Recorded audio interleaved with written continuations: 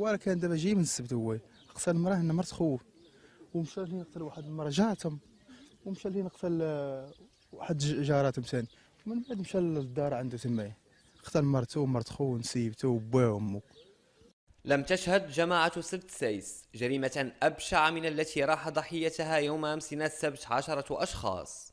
بطلها أربعيني يشتبه في سلامته العقلية، كما أنه اغتنم غياب شباب المنزل في السوق الأسبوعي وانفرد بالعجزة والنساء.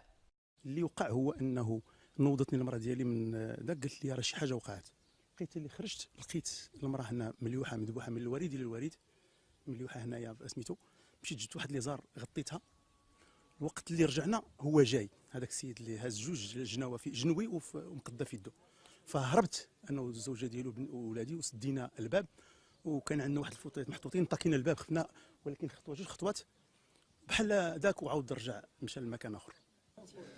لقيتهم مسرحة جداتي برا، عمي في الدار مذبوح دم. انا ما استوعبتش هذاك الشيء، ما كنتش في السوق. قالوا لي الناس راه كاين انا ما استوعبتش، قلت لهم لا راه ما كاين والو. لكن من جيت ولقيت داك الشيء تصدمت بزاف. لقيت عمتي مضروبه لوجهها ومشات الدواء في خطر. انا ما استوعبتش هذاك الشيء واه. بدم بارد قتل أباه الثمانيني وأمه الستينية وإحدى قريباتها وزوجته. قتل عمه وابن عمه، كما أودى ساطوره بحياة ابنة خالته وعم أبيه وكل من رآه في تلك اللقطة الهستيرية الهوليودية والتي لم يستوعبها أقارب الجاني والضحايا على السواء. جات المراه تجري من السوق، كانت مسوقه عندنا واحد السبت هنا قريب. قالت لي لا تسال تسول، راه اخوك راه قتل مرتو ونسيبتو وباك وامو وقتل 10 الناس وشي ناس من جيراننا. ايوا انا نقول لك قلت لها واش عاد ضاربهم؟ قالت لك لا ماتوا. عاد شديت الكار يلاه لقيتوني وصلت دابا بواحد الساعه.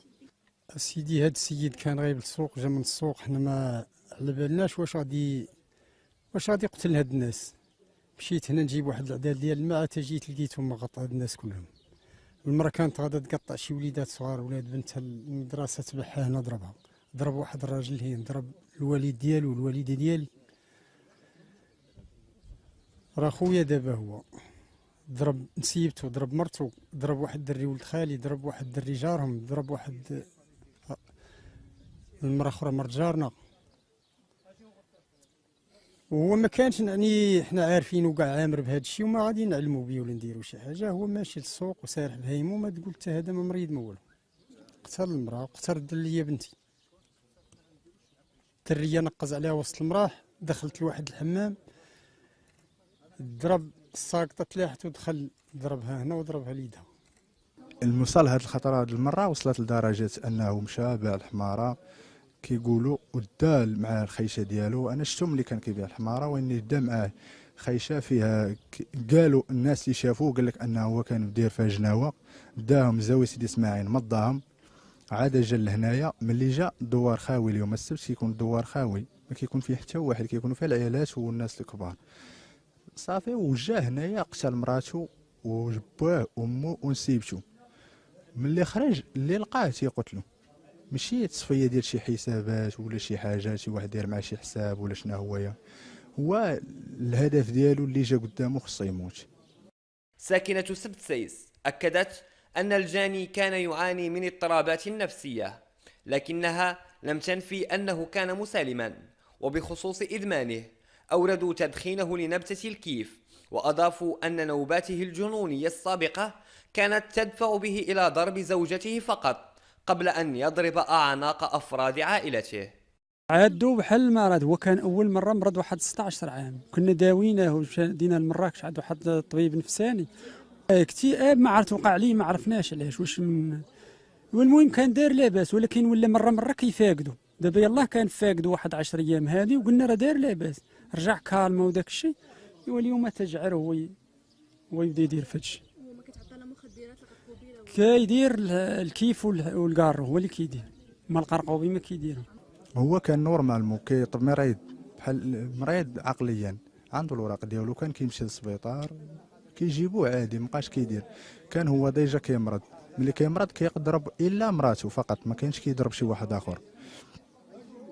ما قال لك كان مريض في قبل، كان شي نوبه مشى للسبيطار ونبيع قديمه شويه وكيكمي، هو كيكمي ماشي ما كيكميش. لا كيف صافي وما فهمنا والو هنا في هذه القضيه. مشى للسوق اليوم، مشى للسوق باع حماره ب 34,000، مشى للزاويه ومن جا دار هادشي ما فهمنا والو. ربما لم يترك الجاني أحدا من كبار عائلته على قيد الحياة، لكنه ترك 4 من بناته تتراوح أعمارهن ما بين 5 و13 سنة، شهدوا تفاصيل المجزرة الدامية التي انتهت باعتقال أبيهم وموت أمهم وذويهم. من اخذ هادشي كامل شد بناته 4 اش دار من تحت منه وهاز السيف تماي، وما كانش اللي قرب ليه. هذا جاو دخل عنده واحد شي بوليسي وما ضربوا، ومن بعد جاو اصحاب هذاك عاد دخلوا عنده عاد تيراو فيه عاد شدوه، عاد حيدوا ليه السيف وضربوا بالنجو عاد داوه.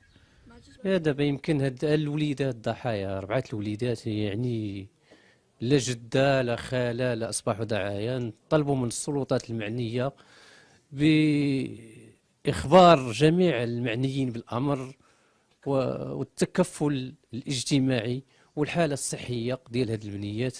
خصها تكون العلاج النفسي، نأكد على العلاج النفسي ضروري لهاد البنيات لأنهم مازال صغار، ولاحظوا هذاك الشيء كامل يعني. تفاصيل هوليودية، دماء هنا وهناك، مجزرة جماعية يصعب الوقوف على حيثياتها وملابساتها وكذا الأسباب الرئيسية وراءها، لكن هناك حلقة مفقودة وجب إيجادها كي لا تتكرر هذه المأساة. لا داك الشيء هو مع درويش، ماشي قاعد تقول حتى شي معدي ولا شي حاجه، ما عرفناش تدارج.